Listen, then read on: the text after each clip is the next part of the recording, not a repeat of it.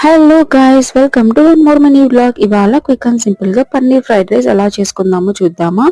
First మనకు కావాల్సింది onion, beans, carrot, పుదీనా, బఠానీ అండ్ పన్నీర్. అన్నిటిని అయితే కట్ చేసేసుకున్నాను.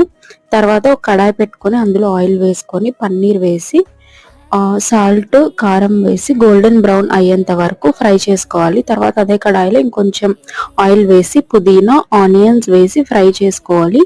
ఆనియన్స్ కొంచెం ఫ్రై అయిన తర్వాత జింజర్ గార్లిక్ పేస్ట్ అయితే వేసుకొని పచ్చి వాసన పోయేంత వరకు ఫ్రై చేసుకోవాలి. తర్వాత మనం కట్ చేసి పెట్టుకున్న వెజిటబుల్స్ అన్ని వేసుకొని సాల్ట్, కారము, ధనియా పౌడర్ వేసుకొని వెజిటబుల్స్ అన్ని కుక్ అయ్యేంత వరకు ఫ్రై చేసుకోవాలి. వెజిటబుల్స్ కుక్ అయిపోయిన తర్వాత మనం ఫ్రై చేసి పెట్టుకున్న పన్నీర్ అయితే వేసి ఆ అరోమా వచ్చేంత వరకు ఫ్రై చేసుకోవాలి. తర్వాత మనం కుక్ చేసుకున్న రైస్ వేసి మిక్స్ చేసుకొని తినేయడమే.